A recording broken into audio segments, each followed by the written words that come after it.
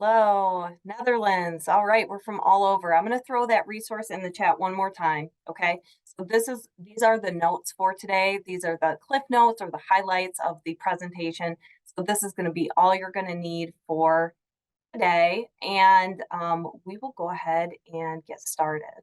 Okay. So the first thing I want to do is a quick audience poll.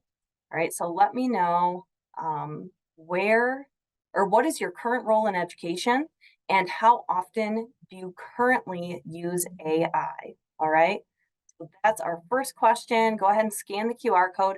I'm also going to throw a link into the chat, but the QR code works. It works pretty well on your phone.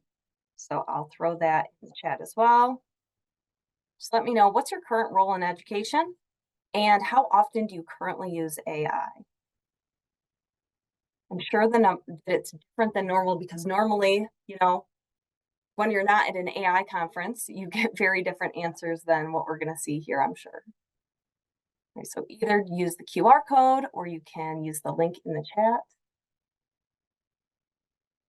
Okay. We're going to look at the responses here. Okay, so it looks like we've got some secondary teachers in the room, elementary teacher. Let me throw that QR code back up for one more second, just in case people still need that. There we go. And while people are filling that out, I just want to kind of go over the purpose of today. This is specifically for science teachers, but even if you don't teach science, you're going to walk away with some strategies and ideas for how to use AI in your classroom to save time and enhance instruction. My role is going to be to provide examples and framework. Your role is to really think about how does this apply to you and what you do every day.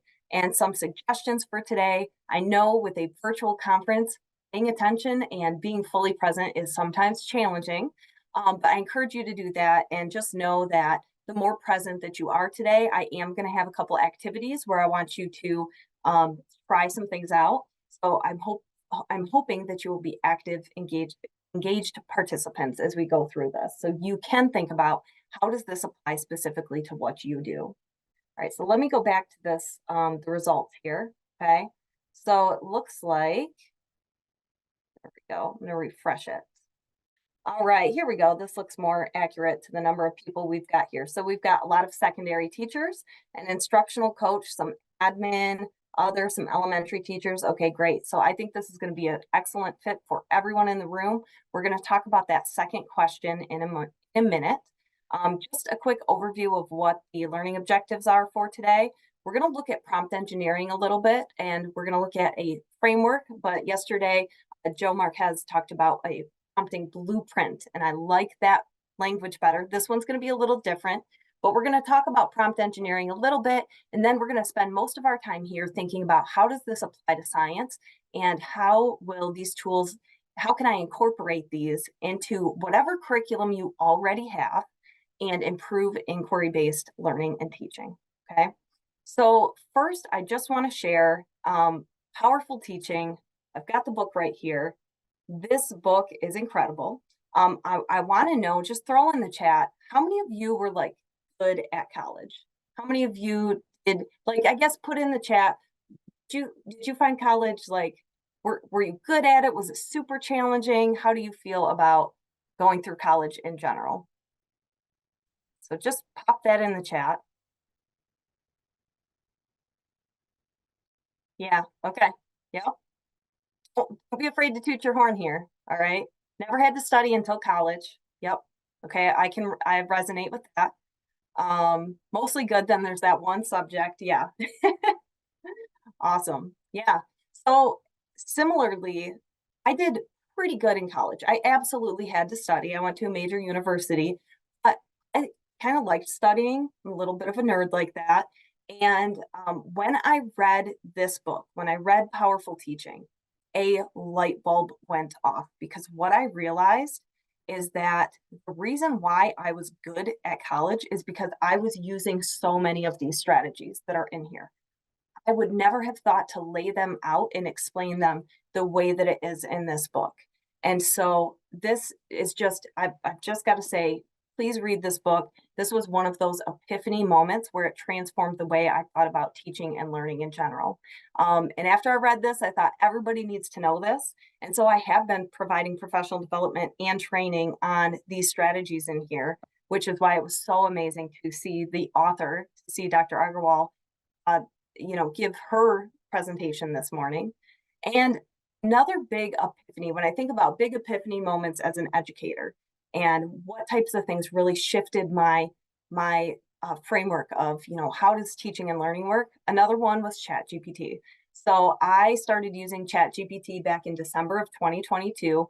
It totally changed the way I thought about education. A light bulb went off and I thought, I have to share this with everyone.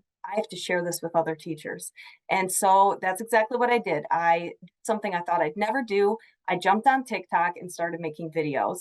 And so I just want to put it out there. If you're interested in learning more, I'm on a ton of social media platforms. And no matter what social media platform you're on, even if it's Facebook, there are so many groups on Facebook about educators and AI. So I just encourage you, if you're already on social media, to find creators, content creators, and groups that talk about artificial intelligence, because that way it's going to constantly come up for you. Okay. So I hope to connect with all of you even after today. And so just putting that out there, that's how you can find me. This is a little outline of what we will be doing today. I'll start with an intro, and then we'll get into that prompt engineering, some science examples, and then some closing and time for Q&A at the end. So let's get into it. So one of the other questions I asked you, so I'm going to share my screen here. Okay. So another question I asked is, how often do you currently use AI? So it looks like a lot of us use it a lot, or a quarter of us in here. We've got some and a little. And I know that this presentation, here we go. This statistic has been shown throughout the conference. So they keep showing it when you're waiting to get into a Zoom room. I saw something about this. And so the reason why this is important is because there's a big chunk of teachers who haven't really started yet and don't plan to. So I just want to thank you for being here today and for being willing to learn. And I also want to point out a couple of distinctions and definitions. I'm sure you've already learned a lot about what generative AI is. When we talk about artificial intelligence in general, we're talking about so many different things. So all of these tools use artificial intelligence and have been for a while. So even if you are watching Netflix and it suggests a show that you should try out next, that's artificial intelligence, right? When you are using Grammarly, which is one of my favorite tools, that's artificial intelligence. When you even use facial recognition, that's AI. What we're going to talk about today specifically are large language models, things like ChatGPT, Google Gemini, and Claude. So the first question I want to answer today, or I want to focus on, is why should you care? Why should teachers care? We've got a lot of teachers here. And an analogy that I like to use is imagine you were given a plank of wood, some nails, and a hammer. And your task was, you've got to get those nails into the plank of wood, into the piece of wood. But then you were told, guess what? You can't use the hammer. That sounds pretty frustrating, right? And that task would be so much harder without the right tools, without a hammer. And I like to think about artificial intelligence as one of these tools that we get to use, right? As teachers, we're trying to get our students to understand really complex topics, especially in science. Those NGSS standards are really, really massive and kind of difficult to get a full grasp on. And so we need every single tool available to us. And artificial intelligence is an incredible tool. Another thing to think about is that whether we like it or not, whether we're fans of artificial intelligence or it makes us nervous, which it should, I'm skeptical as well. Our students are using it whether we like it or not, right? So if we have a good understanding of AI, then we are more able to have some of those conversations with our students. And to bring the hammer analogy one step further, I get that AI is scary, and like any tool, like the hammer, it can be used in helpful ways to create, right? and it can be used in destructive ways. It can be used in very harmful ways. So a hammer, like AI, can be used for both. And when you look at the history and when you look at any human innovation, this applies, right? Any human innovation, think about social media. It's been used to do some wonderful and amazing things. It's also used in really harmful ways. And so this is just how any human innovation exists. And what I want to do is I want to encourage all of you to be part of this conversation, right? Because if nobody's talking about the ways that artificial intelligence can be used in helpful ways, then this is the only conversation that's happening, right? And we want all of you, we want educators to be part of this conversation. Okay. All right, so let's get into real quick the large language model. What is it, right? And what I love about talking to science teachers about this is because ChatGPT, Google Gemini, these are large language models. And science people, you know about models because we use scientific models all the time, right? Think about the model of the solar system that we try to get our students to understand. That's a model, right? A scientific model is a simplified representation or explanation of a phenomena or system that allows scientists to make predictions, understand complex topics, right, and test different hypotheses. But scientific models and large language models like ChatGPT, they're not perfect. I love this quote from George Box. All models are wrong, but some models are useful. Think about weather prediction models. They are absolutely wrong, all right? The weather forecast is wrong all the time, especially where I'm coming from, especially in Michigan. But it doesn't mean that it's not helpful. It doesn't mean that it's not useful. I know that this weekend in Michigan, it's going to be warmer than normal for the beginning of March. And so I'm trying to clear my schedule so I can go out and enjoy some of that good weather. So the reason why I want to bring this up is because it's just so important to know what the limitations are of these tools. This is a website that I've provided links for in that resource document. AI for Education is an incredible resource for teachers wanting to learn more about AI. And this is just one of their documents that you can download from the website. And I'll share this out again at the end.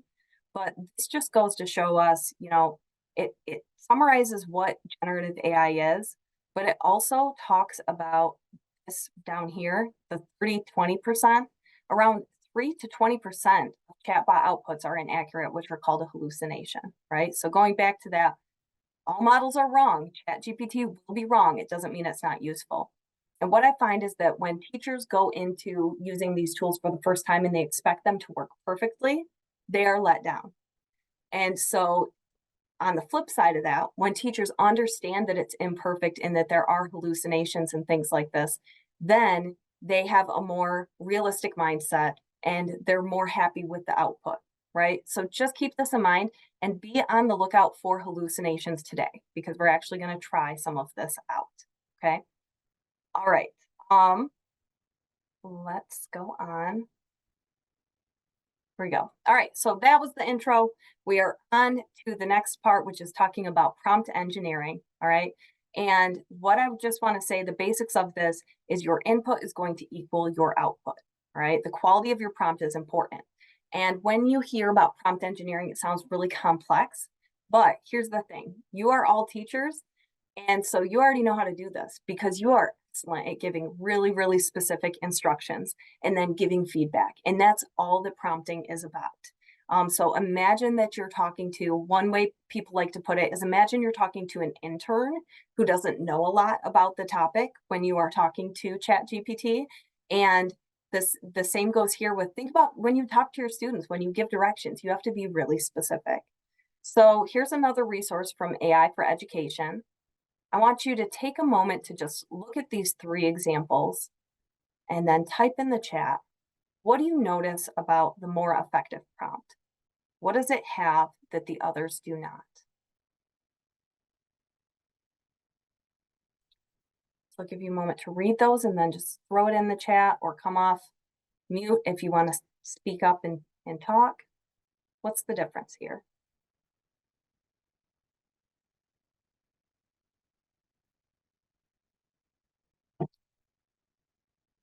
Right, so I'm seeing more details explaining role description. There's a scope. Right, absolutely. Lots of descriptors. Desired outcome. Thank you.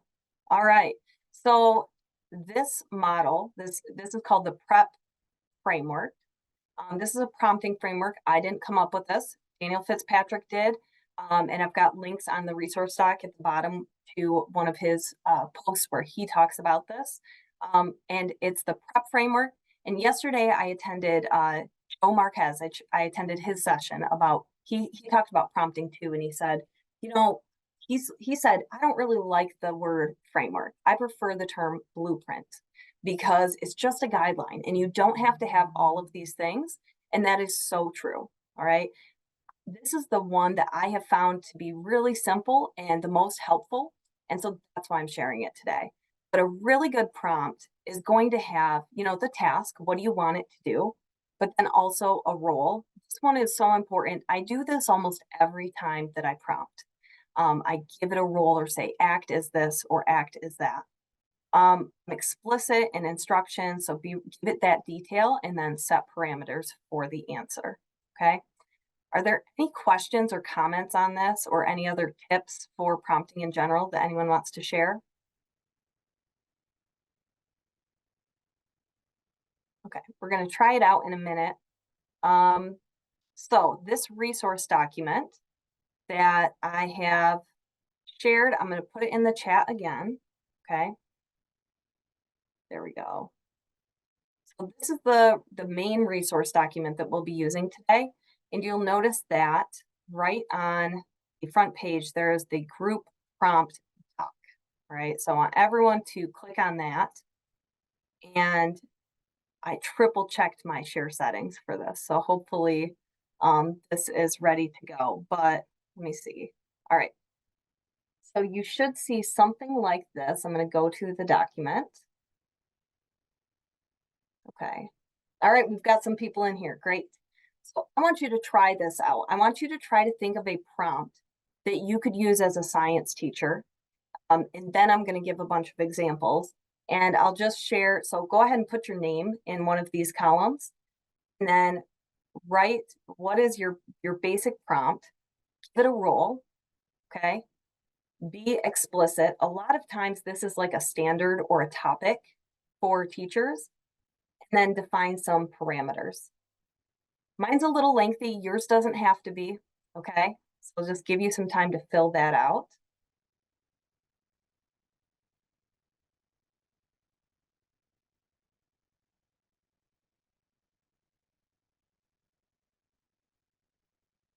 And I'm going to put that link directly in the chat too.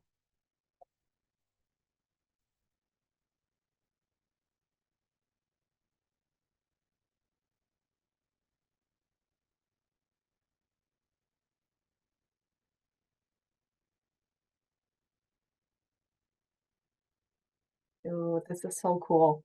This is my favorite part of doing a session like this is looking at your ideas. Hi, Sophie. So I just love seeing other people's ideas. I just want to comment, I've been using ChatGPT since it was available. And I've you'd think would have thought of it all, and sometimes I ask ChatGPT, how can you help me? What are ways that you could help science teachers? But when I do this activity with people, there's always a new idea that comes out of this. And so I just want to point out how important the human element is of using these tools. Um, and this is proof right here because look at these creative ideas that we've got.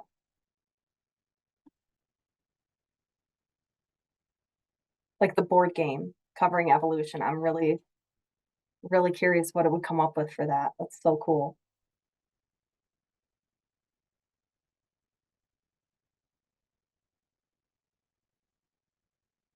And you can leave a box blank if you want to. Again, you don't have to have all of these every single time.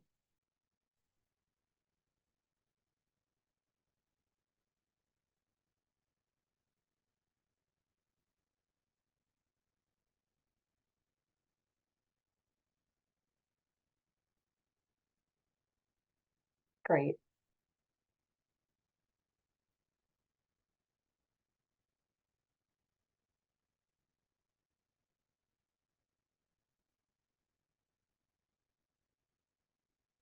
So one thing I'll comment on is people are doing this.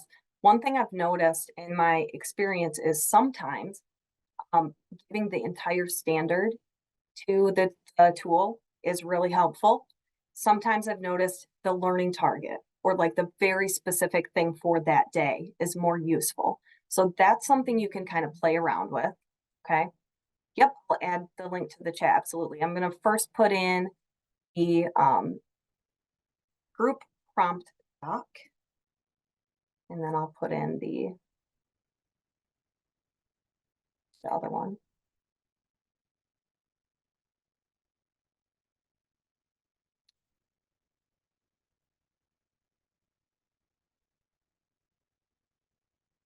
All right. So everyone's doing an excellent job. And it's, when I look at how experienced we were, we really ranged. There were some people who haven't really used AI yet. And I'll just tell you that these prompts are great. You're doing an awesome job. And that's what I love about this prep framework is this is kind of the minimum of what you want to use. And one thing I suggest people do as they're getting started is start your own Google Doc or whatever document you want to use and start keeping track of your favorite prompts. Because one thing people say too is as this is introduced to them is they'll say, that's a lot of work. I don't want to have to write that out every time. And what you'll realize is that you'll use the same prompts over and over again. Really cool. So we've got a mock case study for honors biology,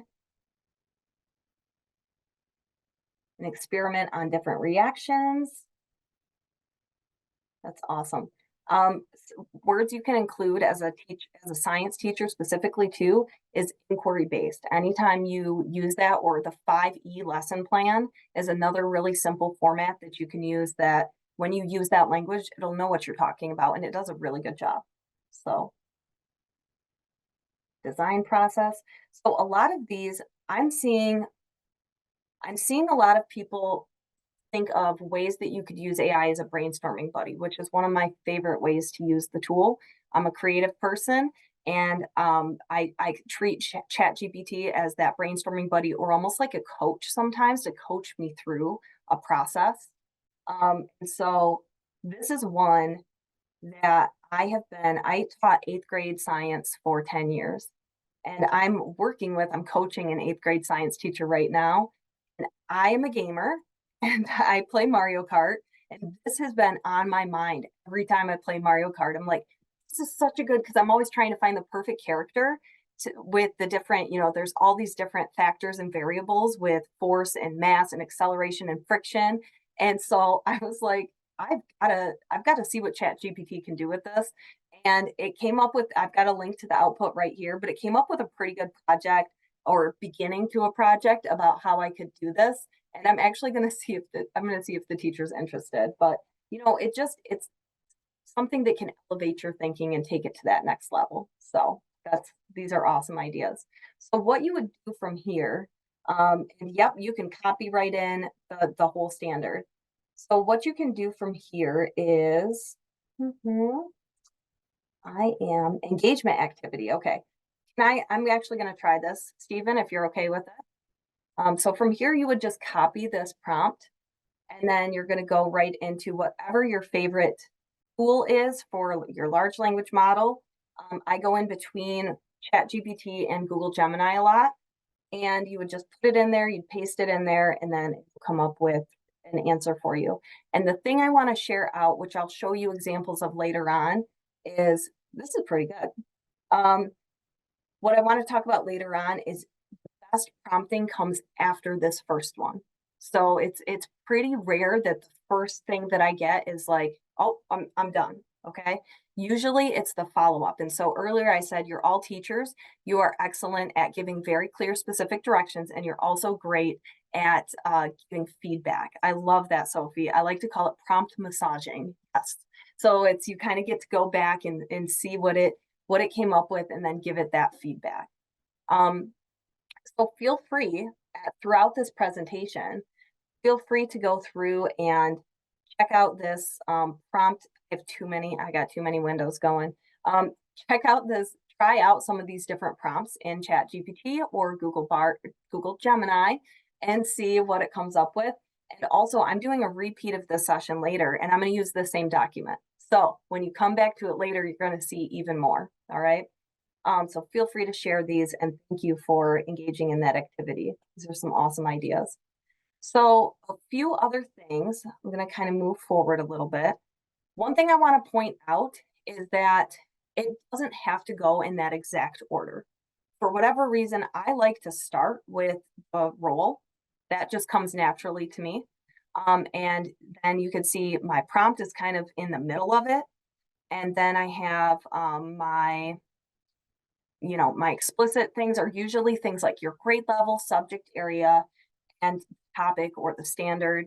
And then it's really helpful to give parameters. Okay, so like for each prompt include a detailed scenario and a sample data set displayed in a data table. So that's really important too. How do you want the information displayed? All right. And then the person who created this prompting framework, Daniel Fitzpatrick, he recently came out with an upgraded model. So it's not just the prep framework, it's the prepare framework. And the reason why I didn't introduce it to you all at once is because of exactly what I was talking about earlier. This is a blueprint. You don't have to have all of these things every time. I think I liked the prep framework because of its simplicity. And when I saw the prepare framework, I'm like, that's a little too much for a beginner. But these are really helpful tips. Okay. So, and the AI Educator is the book that Daniel Fitzpatrick has, which is excellent. I'll talk about that later too. But it is helpful, especially if you're doing a really big project, to ask you for follow-up questions. Okay. So at the end of the prompt, what are some questions that you have for me? And I might do this if I'm planning a whole unit. And the thing is about this is usually as I'm answering the questions that it asked me, I start realizing like what exactly I want the unit to look like. It's almost like going through a mini coaching session with an instructional coach because the questions it asks are usually pretty thought provoking.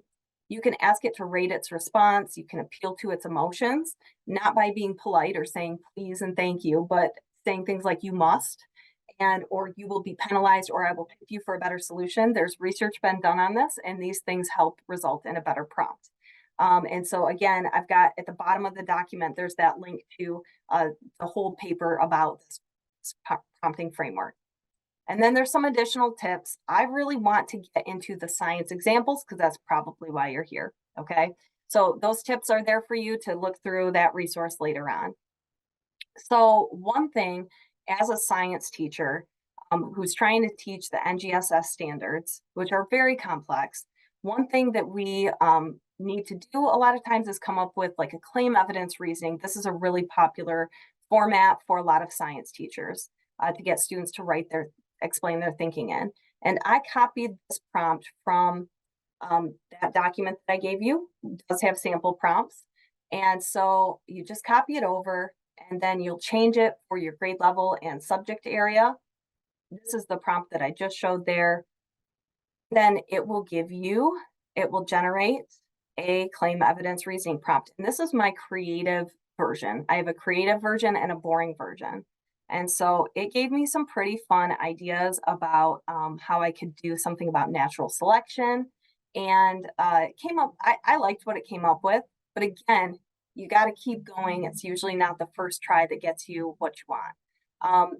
So I want to just share, this is the resource doc. And so that prompt, if you want to borrow it, is right down here. I've got a boring version and I've got a creative version. Okay.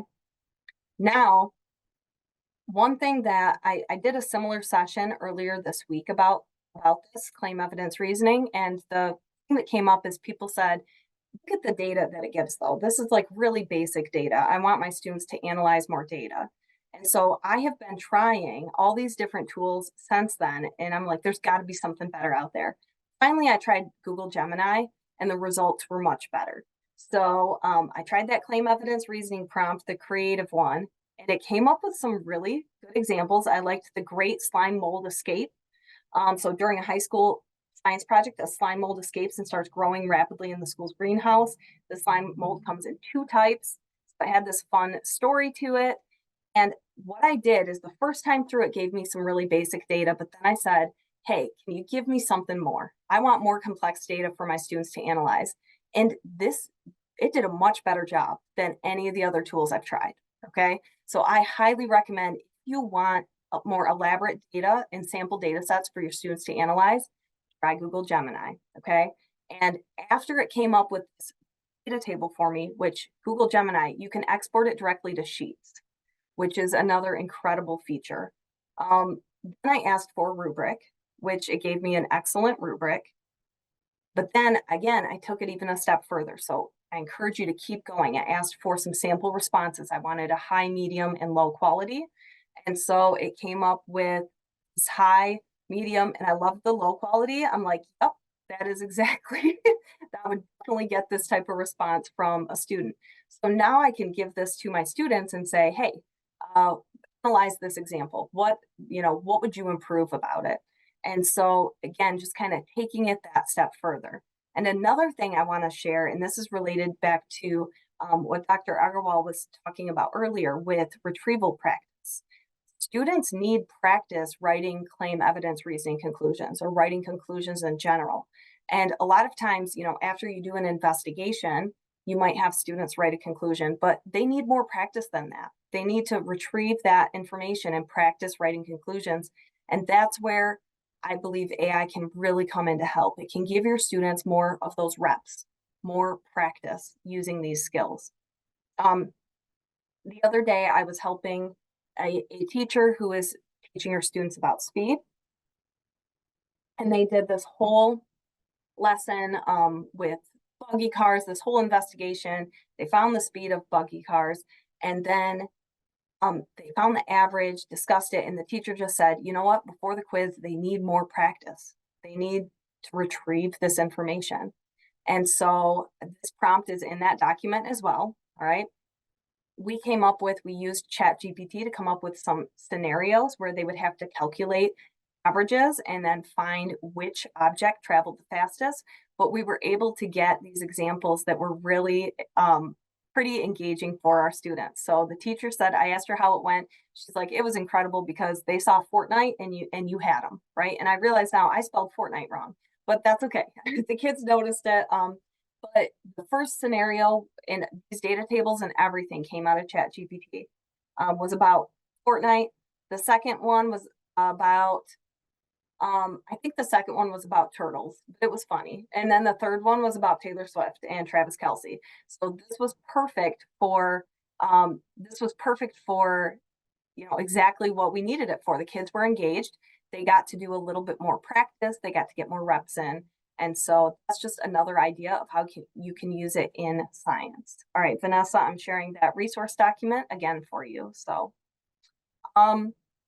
let's look at another example. So another big thing in science is no matter what curriculum you use, sometimes it's missing the driving question or a phenomena. And so one way that you can use ChatGPT is to help you figure that out. And so this is a prompt that you can also find in that document. And what I suggest is, I wouldn't use this many. I used too many standards, I think, in this example, but it still gave me some really good ideas about what's a central phenomena I could use for this entire unit to tie back to constantly. So students are trying to answer this question. So, this is a process that used to take me hours to do, to think about a driving question or a phenomena. And with ChatGPT, it makes it a lot simpler. So one of my favorite things is that about these AI tools is they not only save teachers time, which they do, but they also really allow you to elevate what you're doing and enhance instruction so that you are doing things like providing them with practice writing conclusions, so that you're providing them with examples of, you're providing them with those central phenomena. Okay. So in the chat, or you could just come off mute, I want to know what are some other creative ways that you've used AI in science, or what are some ideas that you have after today? Go ahead and just put those in the chat or come off mute.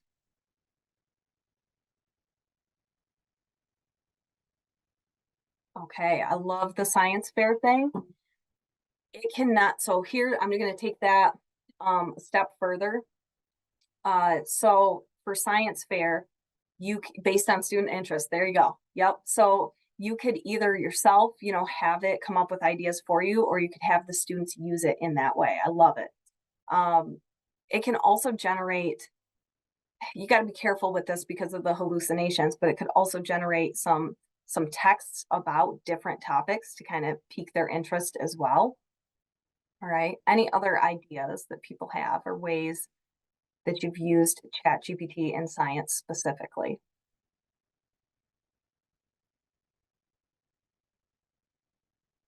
Okay. So some other things that I have, keep those coming in here. Um, oh, that's great. PDF chat for summaries and quizzes. Absolutely. So there's a couple different PDF chat tools that are out there. There's one, I think it's called Chat PDF. If you have GPT-4, you can attach a PDF to it. Magic School just came up with a tool where you can do that. Phobiz is a tool that is lesser known, but they actually gave a session yesterday. They just added a PDF tool. So think about too, again, going back to that retrieval practice, this really allows us, these tools really allow us to give students more practice retrieving information too. I know I was in a session yesterday where they were talking about quizzes and how they have that AI component as well. So some prompts that you'll find on this document are things for unit planning with NGSS. So finding those real world phenomena, coming up with a driving question, even a lesson sequence and storyline. So some people are, coming up with lessons and things from scratch. If that's the case for you, this is going to save you a ton of time. But also for assessment, generating sample data sets. I really recommend if ChatGPT doesn't work well for you, you can try out Google Bard. But this is the prompt that I use to create the Taylor Swift and the Fortnite question sets. And you could see that, it wasn't just the first try. I actually linked to the sample if you want to check that out. But it wasn't the first try. It was later on that I actually got what I wanted to. And then we've got those claim evidence reasoning prompts. And then it's also great for scaffolding and differentiation. So I'm going to show a specific tool in a minute that I love for that. Also, this one down here, if you are explaining a complicated topic, a great way to use GPT or any of these tools is to come up with analogies to help explain the concept or idea. So that's been another really helpful way to use these tools. So we've got, thank you, Katrina, for putting the Phobiz link in there. So that's a great tool. You should definitely check it out. And then Nancy says, ChatGPT is blocked at my school. Does anyone else have that? What tools do you have students use? Nancy, can you put in the chat what grade you are teaching? So I feel fortunate that my school doesn't have it blocked, but if you a middle school, okay. So I would recommend, if I were you, ChatGPT is really supposed to be used by 13 and older students. So I recommend that if you're going to show students how it works, model it yourself. And I would just try some of those other tools. I would try Gemini. I would try Phobiz or Magic School or some of those other ones. Okay. Someone said we use Deep AI, which I've never tried that. So I'm curious. I'll definitely try that after today. Daniel, you said you guys block it too. So any suggestions? Does anyone have suggestions of ways they've found around it besides just trying different tools? I would also recommend, I think part of the reason why some people are just banning it is out of fear. And so, yeah, ask IT to unblock it for the teacher. Absolutely. And you may or may not have success with that. That's one of the frustrating things, but yeah, in a big district. Yeah. So part of it is really educating admin on the power of AI. And I think that's such an important conversation that's got to happen. And it is tough if you're in a big district, right? So I would just say, keep trying. I would try these other different tools. And man, I was hoping to see more admin at this conference because I think that they're, in a lot of cases, they're the ones who really have to know about them.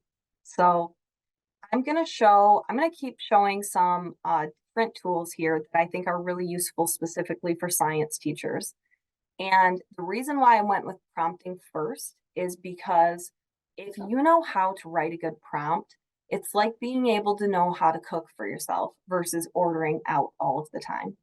And so when you can cook for yourself, right, you can get exactly what you want because you're the chef. Versus when you go out to eat somewhere, you are, reliant on that person. And so when you're prompting yourself, it's like you're cooking for yourself. And when you use some of these pre-made prompt tools, like Magic School, Duade, or Brisk Teaching, which I'll show all of those, that's almost like going out to eat and ordering out. So I just realized I forgot you cannot see my screen. Here we go. Okay.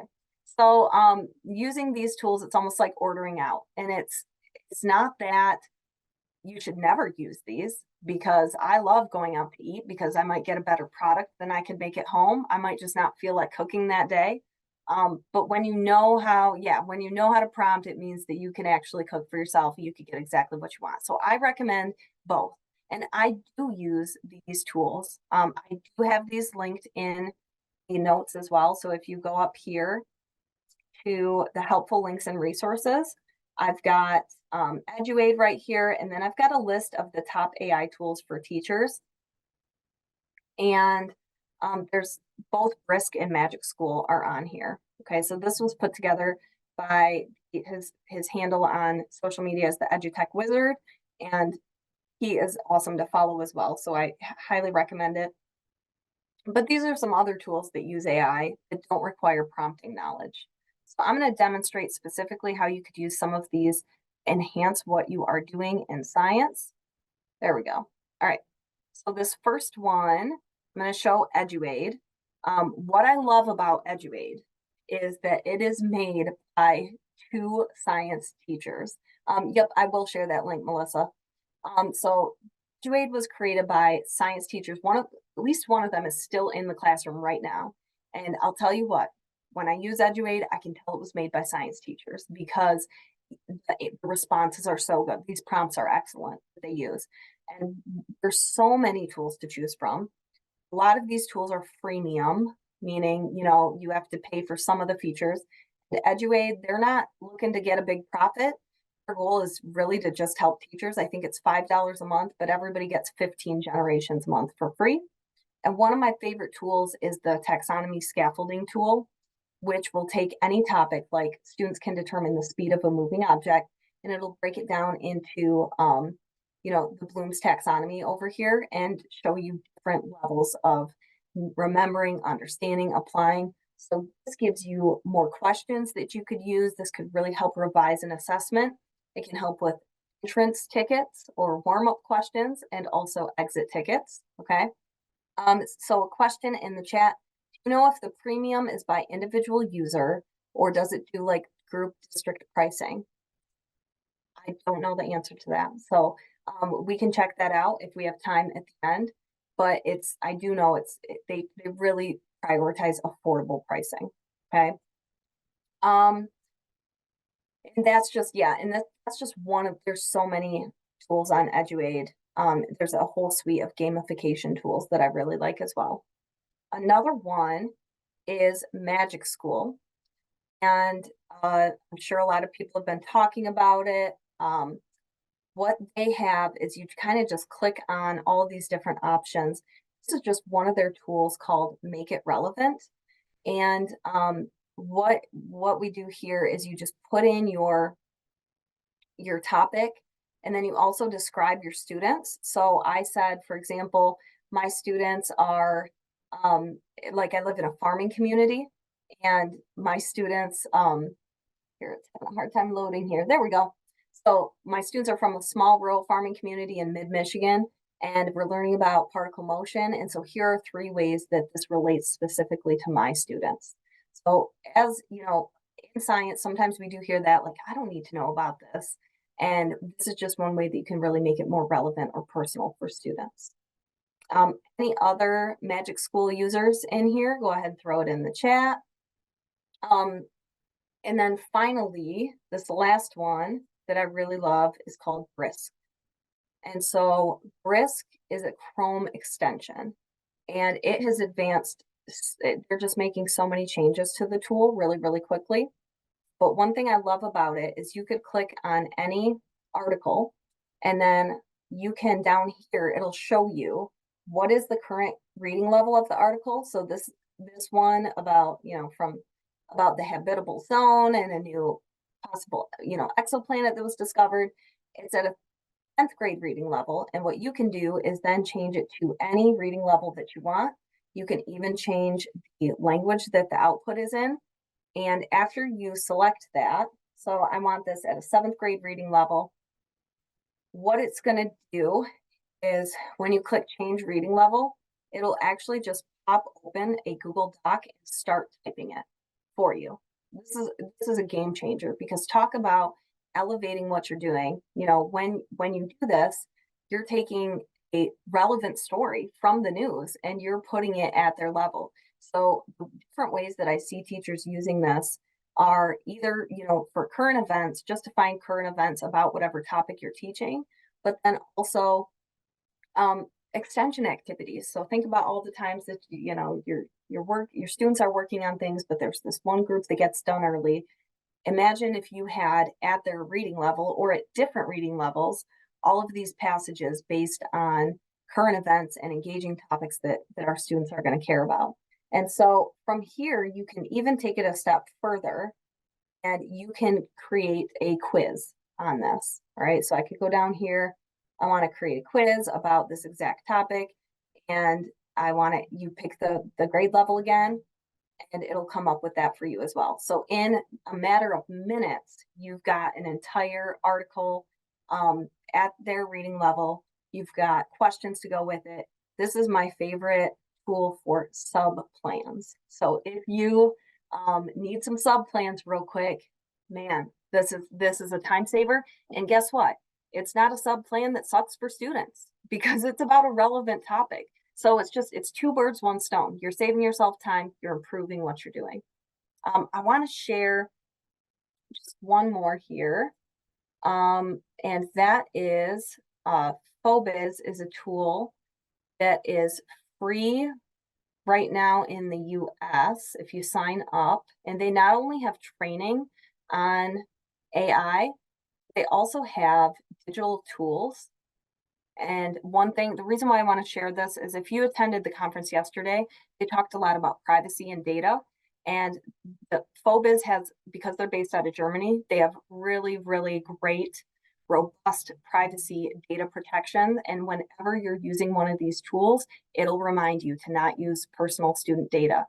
So they have a prompt lab where this is kind of like those pre-made. Is Brisk expensive? Good question. I don't know.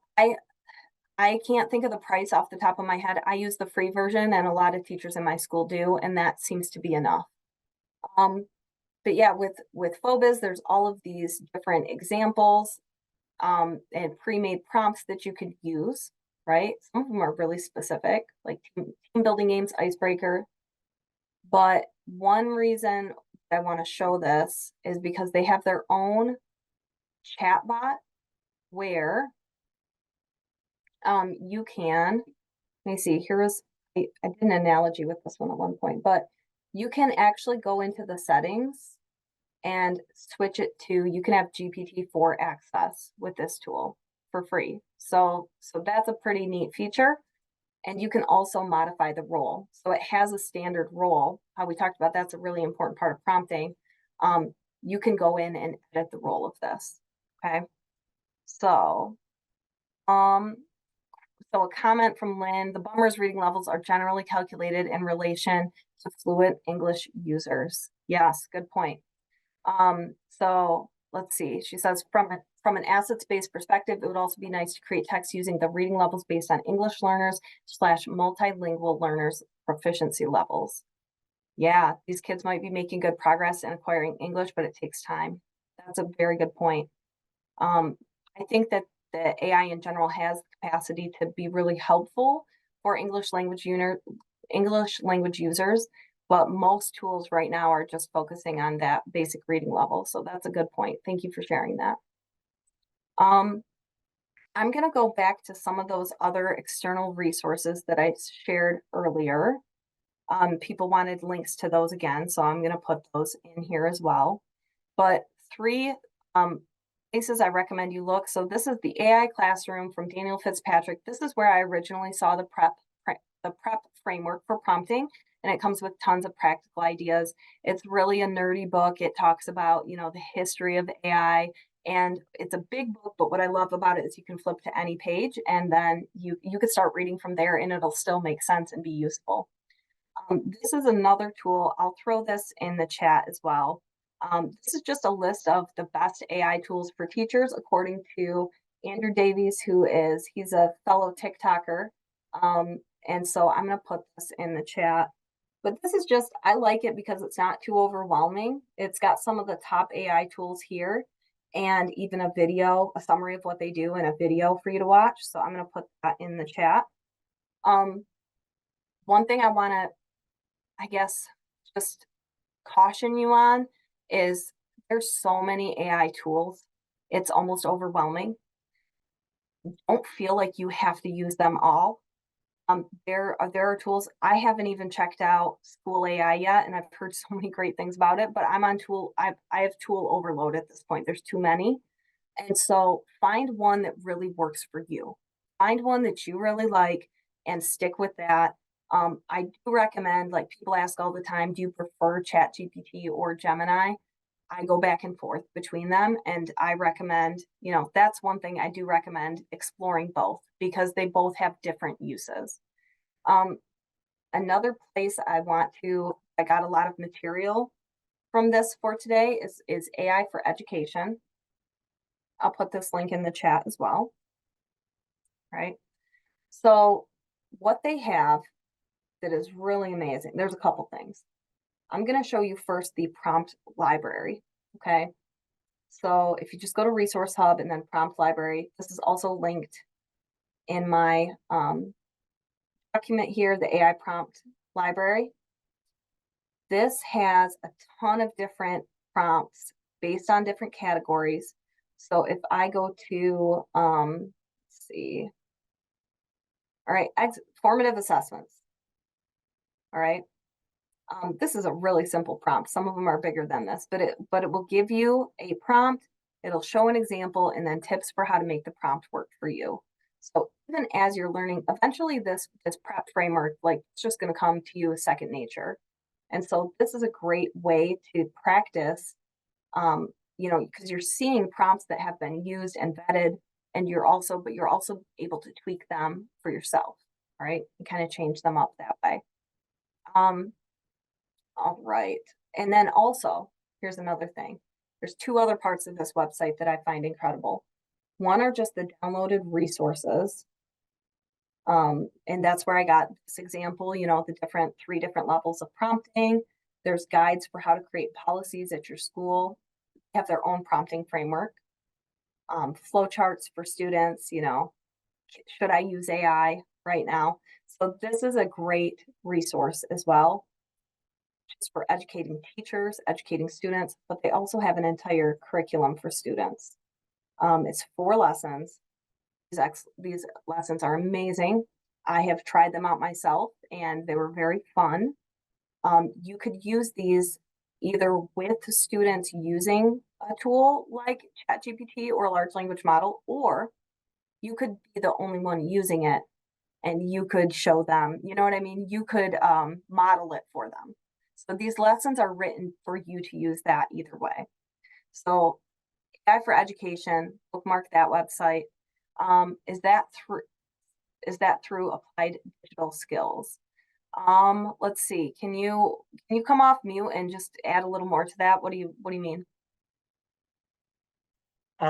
So Google has a bunch of applied Oh, digital skills okay. through Google Applied Digital Skills. It's a whole like digital framework. I just wonder if those lessons are there or are they separate? They look very similar how they're structured. Yeah, they are separate.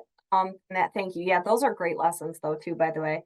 And they've got a 7 through 9 and 10 through 12 lesson. And when you open it up, I mean, it is, these were high quality written lessons, and there are access to digital things that you can share with students, but they've also got printable resources and answer keys. I mean, this stuff is pretty cool. So check it out.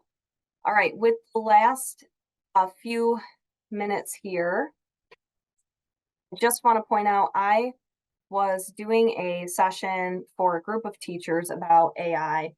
And at the end, this one person goes, "Oh my gosh, this is great.